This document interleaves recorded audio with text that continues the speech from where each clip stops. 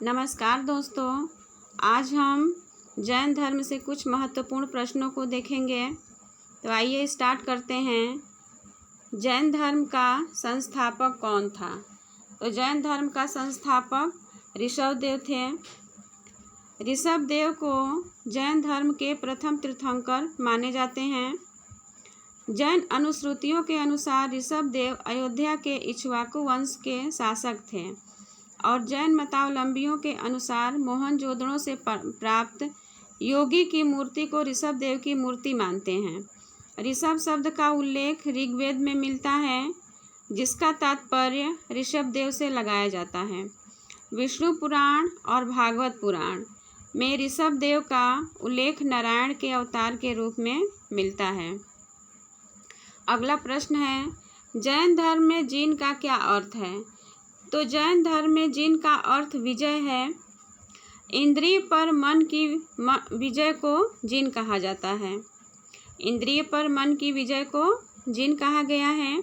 जैन धर्म के अनुसार इंद्रिय तथा मन अलग अलग हैं।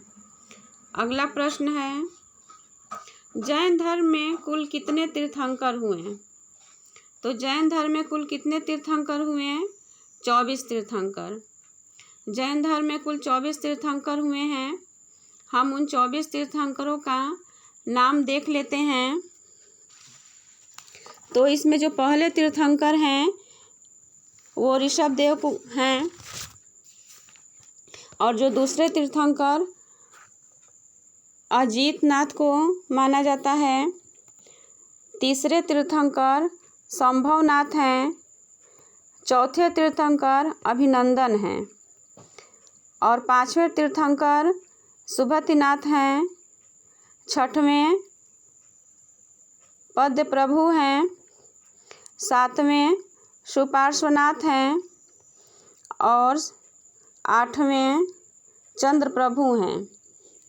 नौवें तीर्थंकर सुविधिनाथ हैं। 10वें तीर्थंकर शीतलनाथ और 11वें तीर्थंकर हैं श्रेयांसनाथ। 12वें तीर्थंकर वासुपूज्य हैं और 13वें तीर्थंकर विमलनाथ हैं। 14वें तीर्थंकर अनंतनाथ और 15वें तीर्थंकर धर्मनाथ हैं। 16वें तीर्थंकर शांतिनाथ हैं। कुंथुनाथ 17वें तीर्थंकर हैं। अशनाथ 18वें तीर्थंकर हैं। मल्लीनाथ 19वें तीर्थंकर, जो कि जैन धर्म की एकमात्र महिला तीर्थंकर हैं। 20वें तीर्थंकर मुनि सुभद्रु हैं और 21वें तीर्थंकर नेमिनाथ हैं। 22वें तीर्थंकर अरिष्टनेमि हैं। 23वें पार्श्वनाथ और 24वें और अंतिम तीर्थंकर महावीर स्वामी हैं। अगला प्रश्न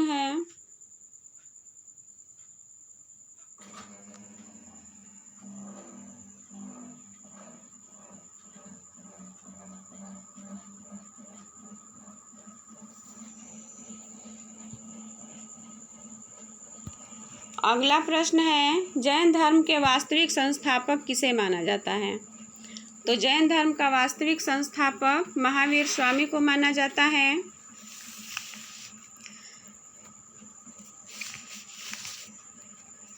महावीर स्वामी का जन्म 599 ईसा पूर्व वैशाली के कुंड ग्राम में हुआ था।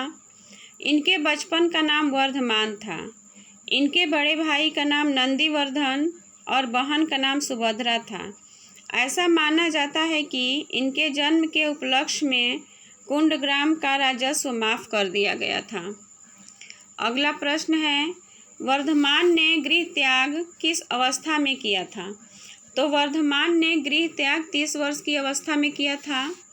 वर्धमान ने अपने बड़े भाई नंदीवर्धन से आज्ञा लेकर 30 वर्ष की अवस्था में गृह त्याग किया। घर छोड़कर वर्धमान सडवन आए और सडवन में अशोक के पेड़ के नीचे अपने राजकीय वस्त्र और आभूषण का त्याग कर दिया और 13 माह के पश्चात अपना वस्त्र भी त्याग कर दिया। 12 वर्ष तक ये नग्न अवस्था में घूमते रहे। अगला प्रश्न है, ज्ञान प्राप्त हो जाने के बाद वर्धमान कहाँ गए? तो ज्ञान प्राप्त हो जाने के बाद वर्धमान पावा गए। पावा में वर्धमान ने 11 ब्राह्मणों को शास्त्रार्थ में पराजित किया और इन्हें गणधर कहा जाता था। इन्हीं से आगे महावीर ने संघ का निर्माण किया। अगला प्रश्न है, जैन संघ की प्रथम महिला अध्यक्ष कौन बनी? तो जैन संघ की प्रथम महिला अध्यक्ष चंदना बनी थी।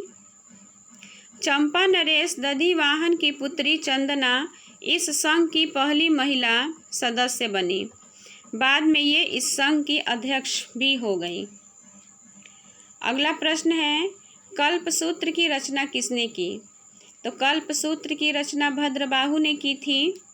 3री शताब्दी ईसा पूर्व में जैन धर्म के महान विद्वान भद्रबाहु का जन्म हुआ।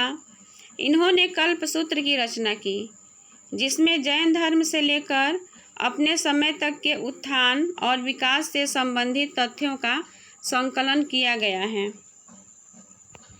अगला प्रश्न है, मौर्य वंश के किस शासक ने जैन धर्म स्वीकार किया था?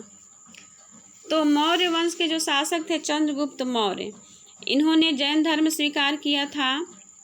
मौर्य वंश चंद्रगुप्त मौर्य जैन धर्मानुयायी थे। वे भद्रबाहु के साथ श्रवणबेलगोला गए। वहाँ पर चंद्र नामक पहाड़ी पर संलेखना विधि द्वारा अपने प्राण त्याग दिए। अगला प्रश्न है, जैन धर्म में संलेखना विधि से क्या तात्पर्य है? तो जैन धर्म में संलेखना विधि से तात्पर्य है मृत्यु पर्यंत उपवास। इसमें मृत्यु से पहले ही खाना पीना छोड़ दिया जाता है और उपवास किया जाता है, व्रत किया जाता है और उसी से उनकी मृत्यु हो जाती है। यही संलेखना विधि है। अगला प्रश्न देखते हैं, दक्षिण भारत में जैन धर्म का प्रचार किसने किया? तो दक्षिण भारत में जैन धर्म का प्रचार भद्रबाहु ने किया था। प्राचीन जैन शास्त्रों का पूर्ण ज्ञान केवल भद्रबाहु को ही ज्ञात था। जैन शास्त्र में पूर्ण ज्ञान केवल भद्रबाहु को ही प्राप्त था। जैन धर्म किन 2 संप्रदाय में विभाजित हो गया? तो जैन धर्म श्वेतांबर और दिगंबर, इन 2 संप्रदायों में विभाजित हो गया। श्वेतांबर के जो सदस्य होते थे वे श्वेत वस्त्र पहनते थे और दिगंबर के जो सदस्य होते थे वो नग्न अवस्था में रहते थे। भद्रबाहु जो थे वो दिगंबर के ही सदस्य थे। अगला प्रश्न देखते हैं, जैन धर्म में स्यादवाद या अनेकांतवाद से क्या तात्पर्य है? एक समय में एक वस्तु के स्वरूप को जानना ही अनेकांतवाद कहलाता है। तो जैन धर्म में स्यादवाद का बहुत ही महत्व है। अगला प्रश्न देखते हैं, जैन धर्म का सबसे प्राचीन ग्रंथ किसको माना जाता है? तो जैन धर्म में सबसे प्राचीन ग्रंथ जो है वो 14 पूर्व को माना जाता है। अगला प्रश्न है, आगम जैन साहित्य के वर्तमान स्वरूप का रचना काल माना जाता है। तो जो आगम है वो जैन साहित्य का एक रचना है और जो कि बहुत महत्वपूर्ण है। तो इसका जो रचना हुआ था लगभग 6ठी शताब्दी ईसा पूर्व में वल्लभी में हुआ था। अगला प्रश्न देखते हैं, चाणक्य और चंद्रगुप्त मौर्य की जीवनी, मगध विजय तथा अंतिम समय में जैन आचार्य भद्रबाहु के प्रभाव में जैन धर्म स्वीकार करने का उल्लेख कहाँ मिलता है? तो ये परिशिष्ट पर्वन जो जैन शास्त्र है उसमें मिलता है। चाणक्य की जीवनी और चंद्रगुप्त मौर्य का प्रारंभिक जीवन और उसकी विजय, अंतिम समय में जैन आचार्य भद्रबाहु का जो प्रभाव था वो परिशिष्ट पर्वन में उल्लेख किया गया है। अगला प्रश्न है, शंकर के पुत्र स्कंद की उपासना संबंधी स्कंद महोत्सव का उल्लेख मिलता है। तो स्कंद महोत्सव का जो उल्लेख मिलता है वो निश्चित चूर्णी में मिलता है। ये भी एक जैन शास्त्र है। नाग पूजा और पुत्र प्राप्ति के निमित्त यज्ञ पूजा का उल्लेख किस जैन स्रोत में मिलता है? तो नाग पूजा और पुत्र प्राप्ति के निमित्त यज्ञ पूजा न्यायाधम कहाँ में मिलता है? न्यायाधम कहाँ में मिलता है? नाग पूजा और पुत्र प्राप्ति के निमित्त यज्ञ पूजा का उल्लेख। यजुर्वेद में जैन धर्म के किस तीर्थंकर का नाम मिलता है? तीर्थंकर का उल्लेख किया गया है। तो यजुर्वेद में जो हमारे जैन धर्म के दूसरे तीर्थंकर थे अजितनाथ, उनका नाम उल्लेख किया गया है यजुर्वेद में। ऋग्वेद में जैन धर्म के किस तीर्थंकर का उल्लेख मिलता है? तो ऋग्वेद में जैन धर्म के 22वें तीर्थंकर अरिष्ट नेमि का उल्लेख मिलता है। अगला प्रश्न है, पार्श्वनाथ द्वारा स्थापित 4 गणों का उल्लेख किस जैन स्रोत में मिलता है? तो पार्श्वनाथ द्वारा जो स्थापित 4 गण थे उसका उल्लेख कल्पसूत्र में मिलता है। अगला प्रश्न है, इंद्र द्वारा महावीर स्वामी को देवानंदा जो ऋषभदेव की पत्नी थी के गर्भ से निकालकर पुनः छत्राणी त्रिशला के गर्भ में स्थापित करने का उल्लेख मिलता है कल्पसूत्र और सूत्रांक में। अगला प्रश्न है, जैन भिक्षु व भिक्षुणियों द्वारा धारण किए जाने वाले वस्त्रों का उल्लेख मिलता है। तो वस्त्रों का जो उल्लेख है वो कहाँ मिलता है? आचारांक सूत्र में मिलता है। अगला प्रश्न है, कर्म से ही कोई ब्राह्मण, क्षत्रिय, वैश्य और शूद्र होता है। कर्म से ही कोई ब्राह्मण, कोई क्षत्रिय या वैश्य या शूद्र होता है, इसका उल्लेख किया गया है उत्तराध्यायन सूत्र में। यह भी एक जैन शास्त्र है। अजात शत्रु द्वारा 9 मल्लों, काशी, कौशल व वैशाली के संयुक्त संघ को हराने का उल्लेख मिलता है,